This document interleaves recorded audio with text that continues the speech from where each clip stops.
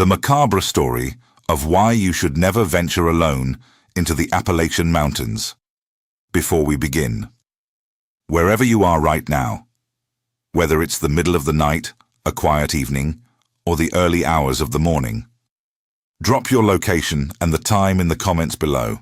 It means more than you think to know how far these stories travel. And if the dark doesn't scare you yet, make sure you're subscribed, because what's coming next might change that. Now, let's go back to 1908. The morning of October 3rd, 1908, arrived cold and grey over the small Kentucky town of Harlan, the kind of cold that didn't just bite at your skin, but crawled inside your chest and settled there like a warning.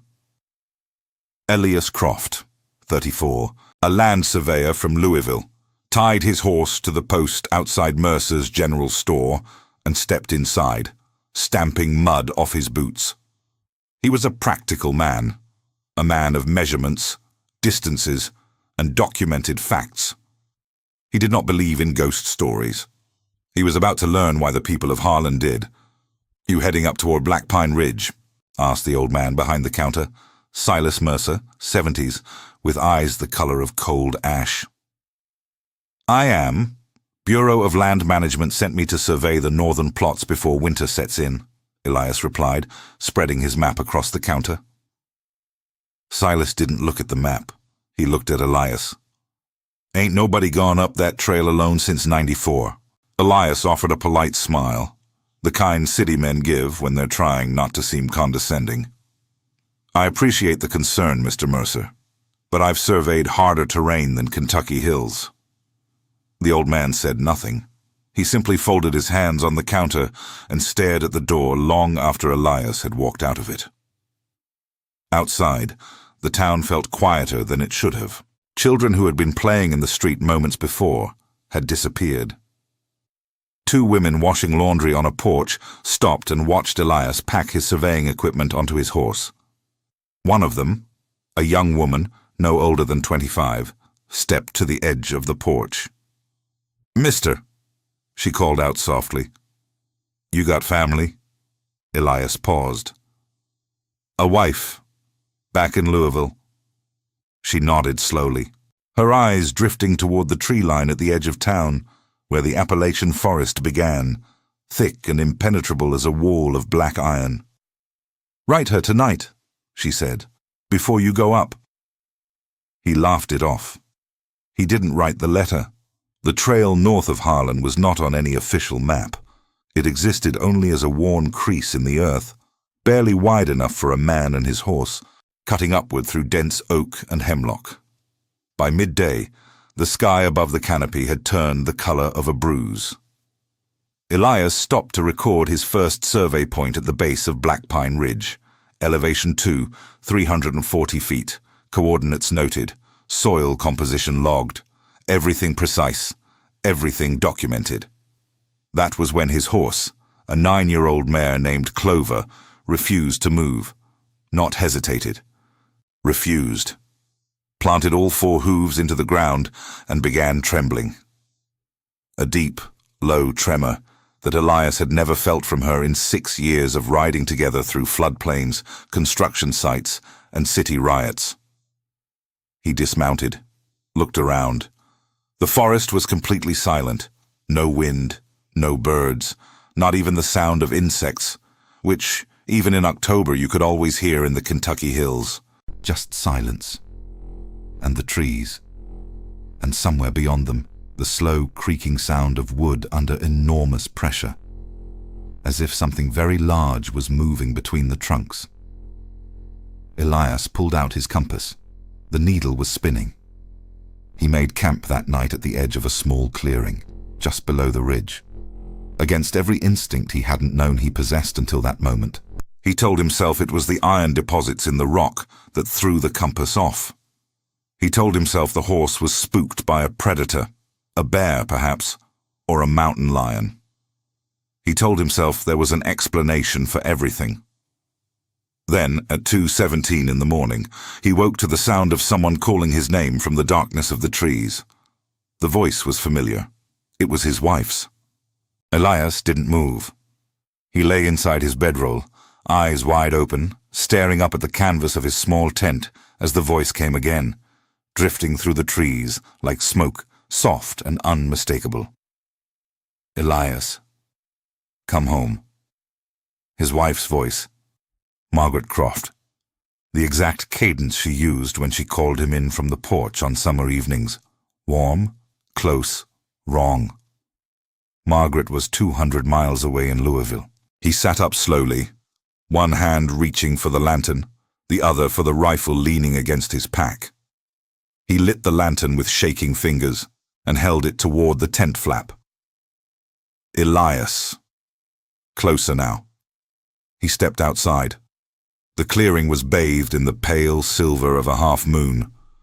The trees stood at its edges like sentinels, dense, dark, utterly still. Clover was tied to a hemlock 20 feet away, and the mare was pressed as far back against the trunk as her rope would allow, her entire body shaking, eyes rolled white with terror. Elias raised the lantern. At the far edge of the clearing, just beyond where the light reached, something stood between two trees. It was tall, unnaturally tall, with the vague outline of a human figure. But the proportions were wrong. The arms hung too low.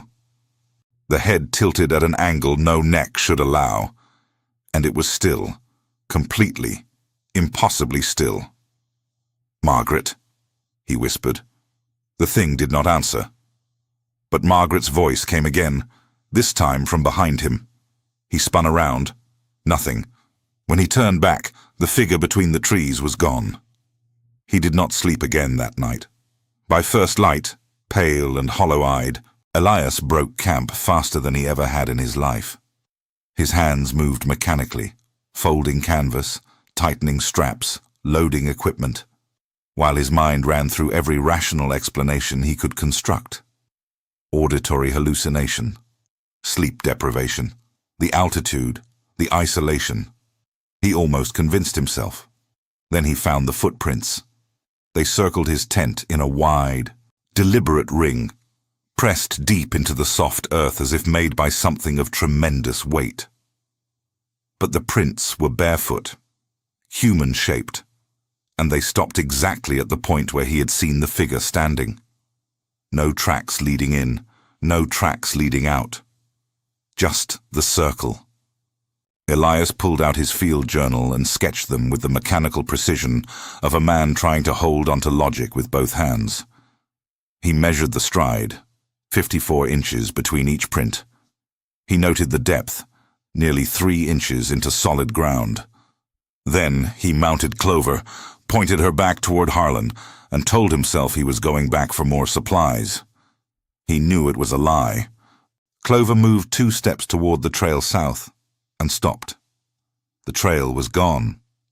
In its place, nothing but forest. Dense, unbroken, indistinguishable from every other direction. The path he had ridden up just the day before had vanished as completely as if it had never existed. Panic hit him like cold water.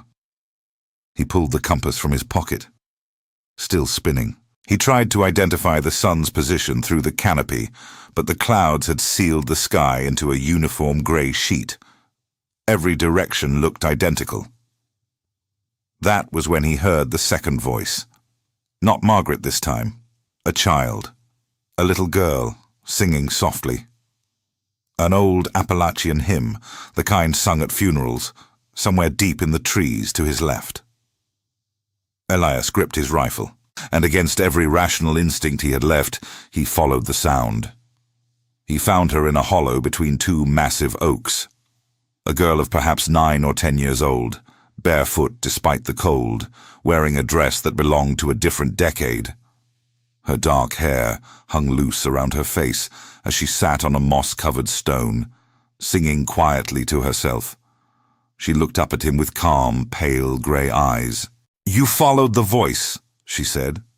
It wasn't a question. "Who are you?" Elias asked, keeping his distance. "Where are your parents?" "They went up," she said simply, tilting her head toward the ridge above. "Everyone who goes up alone. Goes up. What do you mean? What's up there? The girl was quiet for a long moment, studying him the way children study things they find both interesting and sad. It learns your voice first, she finally said. The voice of whoever you love most. That's how it calls you in. Elias felt the cold move from his skin into his bones. What does? The girl stood up from the stone and looked past him, toward the ridge, toward the trees, toward something only she could see. The thing that was here before the mountains, she whispered. Then she walked into the forest and disappeared. Elias stood in the hollow for a long time after the girl vanished. He called after her. He pushed through the brush in the direction she had gone. He found nothing. Not a footprint, not a broken twig, not a single trace that she had ever been there. Only the moss-covered stone, still slightly warm where she had been sitting. He returned to Clover, mounted, and tried again to find the southern trail. For 3 hours he circled the ridge, landmarks repeating themselves in ways that made no geographical sense. The same split boulder appearing twice from different directions, the same collapsed tree crossing his path at angles that couldn't both be true. The mountain, it seemed, had no intention of letting him leave. By late afternoon, driven by desperation more than logic, Elias rode upward, toward Black Pine Ridge itself. If he could reach the summit, he could orient himself by the valley below. It was the only plan he had left. The forest thickened as he climbed. The hemlocks gave way to older growth, trees so massive their trunks required 4 men to embrace, their bark black and deeply furrowed, their roots erupting from the earth like the fingers of buried giants. The air smelled of damp rot and something older underneath it, mineral and dark, like the inside of a cave that had never seen light. Clover moved now, but reluctantly, her ears pinned flat. Her breathing labored with anxiety rather than exertion. Then Elias saw the structures.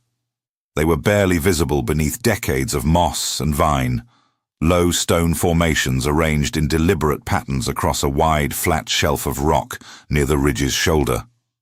Not cabins, not walls.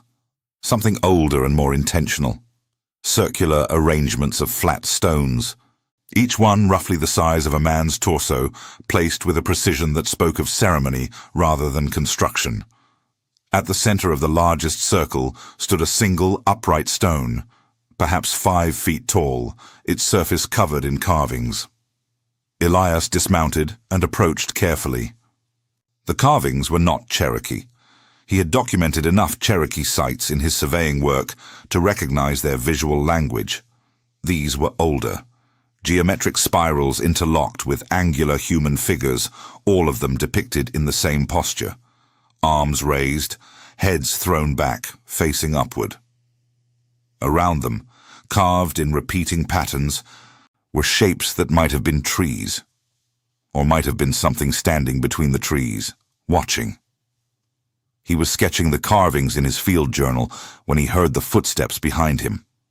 He turned, rifle raised. It was a man. Augustus Cole, 60s, leather-faced and wiry, wearing the worn clothing of a subsistence farmer. He held both hands open at his sides and regarded the rifle with the weary patience of someone who had guns pointed at him before. "Easy, surveyor," he said. "I saw your horse from the lower trail. Figured you'd need finding."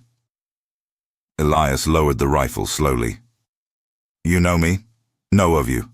Silas Mercer sent word up the mountain when you left town yesterday."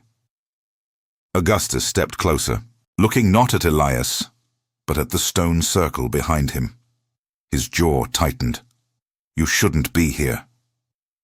"I'm beginning to understand that," Elias said. "What is this place?" Augustus was silent for a long moment. "My grandfather called it the listening place," he finally said. "Said the people before the Cherokee used it. Said they built it to keep something contained, something they'd disturbed when they first broke ground into the deep rock." He paused. "Said whatever it was, it didn't die." It just learned to wait.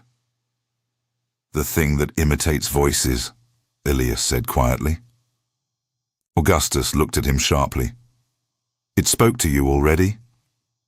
Last night, used my wife's voice. The old man exhaled through his teeth. A slow, deliberate sound, like a man absorbing bad news he had hoped wouldn't come. Then it's already marked you, he said. Once it uses a voice you love, it can find you anywhere on this mountain. Doesn't matter which trail you take. How do I leave? Augustus looked at the standing stone, then at the sky, now darkening toward an early dusk under the heavy cloud cover. Not tonight, he said firmly. Tonight you stay close to me, and whatever you hear in those trees. He fixed Elias with a look of absolute gravity. Whatever voice calls your name, whatever sound pulls at you, you do not follow it. He began walking toward the tree line, gesturing for Elias to follow. There's a cabin on the north face. Been in my family since 1847. Whatever's out here, it keeps its distance from that ground. Why? Elias asked, gathering Clover's reins and following. Augustus glanced back over his shoulder, his face unreadable in the fading light. Because my grandfather made a bargain with it once, he said, and some agreements even monsters honor. They reached the cabin just as darkness consumed the last of the gray sky. Inside, Augustus lit a fire and 2 lanterns and moved with the practiced efficiency of a man who had spent decades preparing for nights exactly like this one.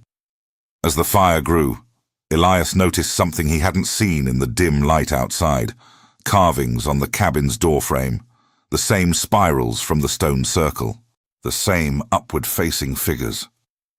Your grandfather carved these?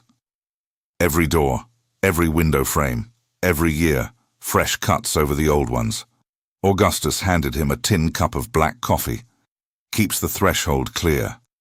Outside, the wind had finally arrived, moving through the hemlocks in long, slow waves that sounded disturbingly like breathing. And then, just beneath the sound of the wind, clear as a church bell, Margaret's voice. Elias, I'm outside. I'm cold. Please open the door. Elias was on his feet before he realized he had moved. Augustus caught his arm with a grip like iron. Sit down, he said quietly. That is not your wife. From outside, silence. Then slowly the voice changed, deepened, lost its warmth, and became something else entirely. A low, resonant sound that was almost language, almost music, almost human, almost. The fire flickered violently despite the closed windows and door. Then the sound stopped, and something began to knock, slow, patient, deliberate, on every wall of the cabin at once. The knocking continued for exactly 7 minutes. Elias counted every second of it, not out of calm, but because counting was the only thing keeping him from throwing open the door. The sound moved methodically around the cabin's perimeter, unhurried, almost curious, as if whatever made it was studying the structure from the outside, testing each wall for weakness. Augustus sat perfectly still across the fire, his eyes closed, his lips moving silently. Prayer, or something older than prayer. Then, as abruptly as it had begun, the knocking stopped. The fire steadied. The lanterns stopped flickering. The wind outside softened back into something that sounded merely like wind. Elias released a breath he hadn't known he was holding. It does that, Augustus said, opening his eyes. Tests the line. Makes sure the agreement still holds. Tell me about the bargain, Elias said. Your grandfather, 1847. What did he give it? Augustus stared into the fire for a long time before he spoke. Jedediah Cole had come to the Kentucky mountains in the spring of 1847 as a timber scout, a man sent ahead of the logging companies to assess which forests were worth clearing. He had been ambitious, methodical, and entirely unafraid of wilderness. He had camped near Blackpine Ridge for 3 weeks before the voices started. Unlike Elias, Jedediah had followed the voice on the first night, had walked deep into the forest before something in him, instinct or perhaps grace, made him stop at the edge of a deep rock fissure in the ridge's northern face. A crack in the mountain perhaps 40 feet deep and barely wide enough for a man to fit through sideways. The voice was coming from inside it. He did not go in. Instead, he sat at the edge of that fissure until dawn, and when the light came, he spoke to whatever was in the dark below. "I don't know what you are," he said, "but I know you're old, and I know you're hungry, and I know I can't kill you." The darkness in the fissure breathed. "So here is what I offer," Jedediah continued. "I will leave this mountain. I will tell the timber company the northern plots are worthless, no trees worth cutting, no ground worth clearing. I will keep men away from this ridge for as long as I live, and my sons after me, and their sons after them." A long silence from the fissure. "In return," Jedediah said, "you leave my bloodline alone. You keep your distance from my ground, and you do not follow me off this mountain." The darkness breathed again, a long, slow exhalation that smelled of deep earth and something ancient and mineral. And then it was still. Jedediah walked off the mountain that morning, reported the northern plots as commercially worthless, and never returned. He built his cabin at the ridge's edge, close enough to watch, far enough to honor the line he had drawn. He carved the spirals into every threshold. He taught his sons, and they taught theirs.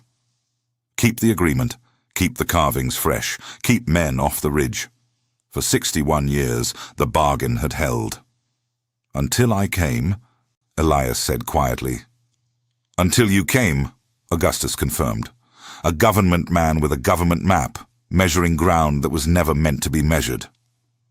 He looked at Elias without accusation, just the tired gravity of a man explaining something inevitable. "It doesn't care about your bureau or your surveys.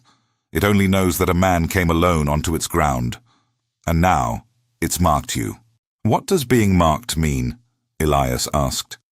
"Exactly." Augustus was quiet for a moment. "It means it knows your frequency now," he said, using a word that seemed to surprise even him, as if it had risen from somewhere deeper than his vocabulary. "The voice it used, your wife's voice, it pulled that from you. From your fear, your love, whatever lives deepest in you. It can use that voice anywhere, not just on this mountain." The implication landed on Elias like a physical weight. "You mean it can follow me home?" "I mean," Augustus said carefully, "that if you leave this mountain without settling what was disturbed, it will have a thread attached to you. And things like this, they're patient. They don't chase.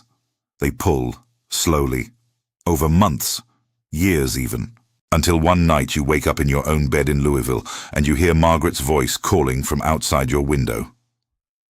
And I follow it. And you follow it." The fire crackled between them. "So what do I do?" Elias asked. Augustus reached under the cabin's single cot and pulled out an old leather satchel, worn dark with decades of handling. From it he withdrew a folded piece of paper, old, the edges brittle and brown, covered in his grandfather's handwriting. "Tomorrow morning," he said, "we go to the fissure, and you make your own bargain." Elias took the paper and read it by firelight, Jedediah's original terms, written out in precise, deliberate script, as if the old man had understood that someday another person would need to know exactly what words had been used and exactly what had been promised. Outside, the mountain was silent.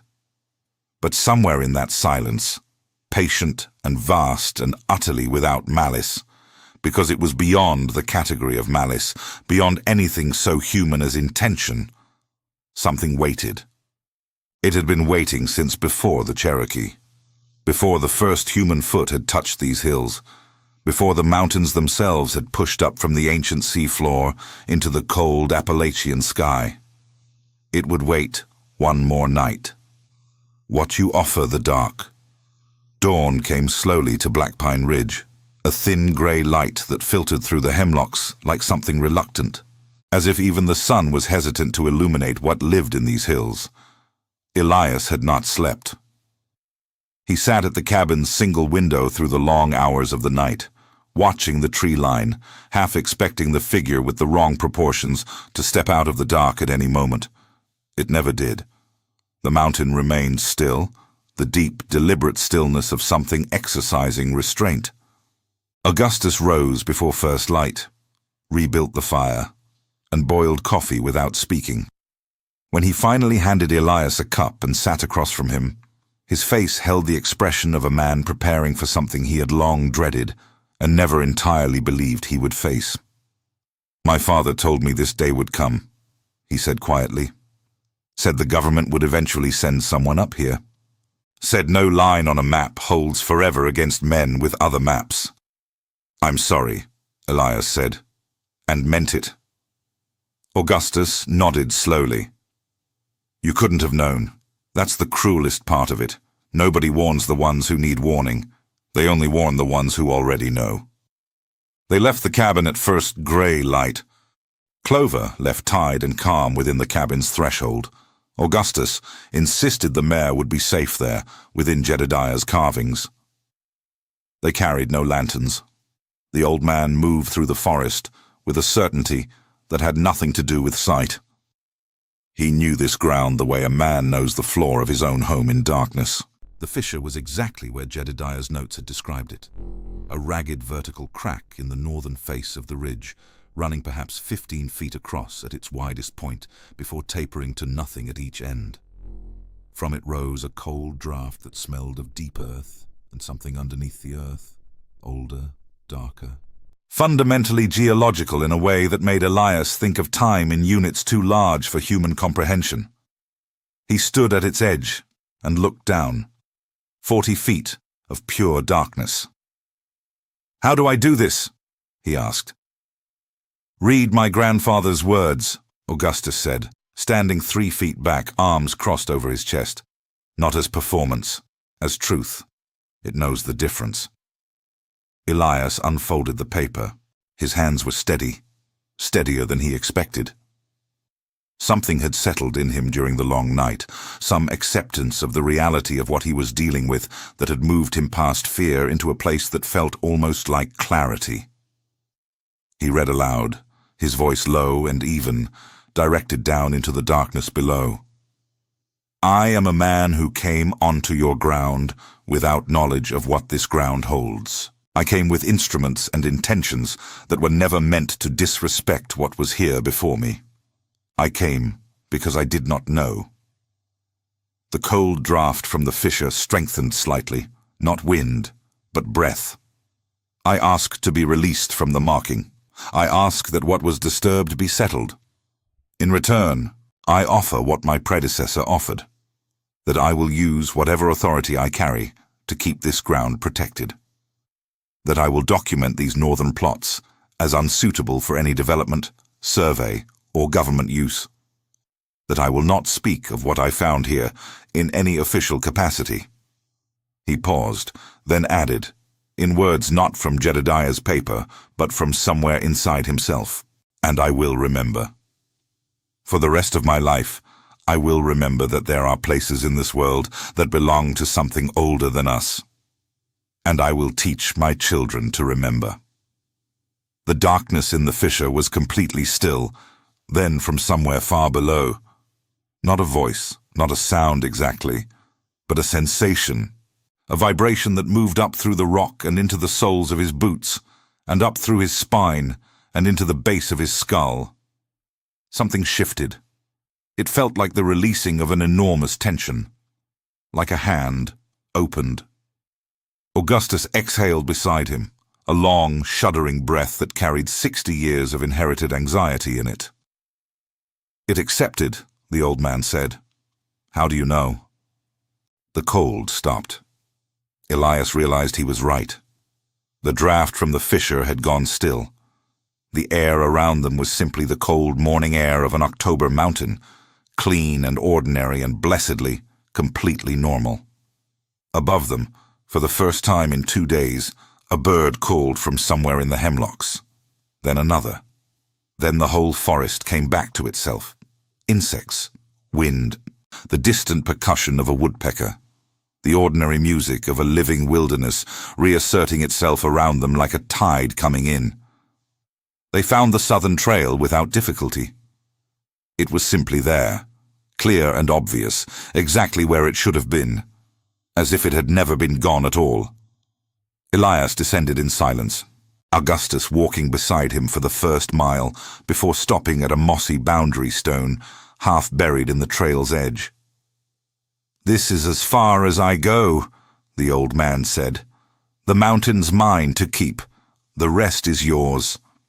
They shook hands, a long, firm grip between two men who had shared something that had no name in the vocabulary of 1908. "The little girl," Elias said suddenly. "In the hollow. Who was she?" Augustus was quiet for a moment. "There is no little girl on this mountain," he said carefully. "Hasn't been a child up here in 30 years. He turned and walked back up the trail without another word. Elias reached Harlan by midday.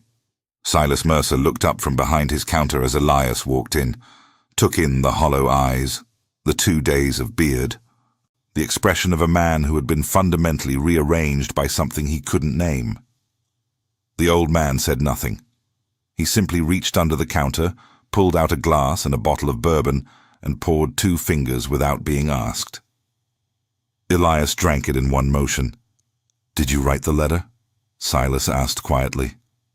"To your wife?"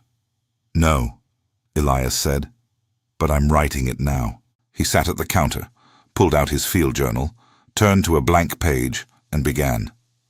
"Margaret, I am coming home. I am whole.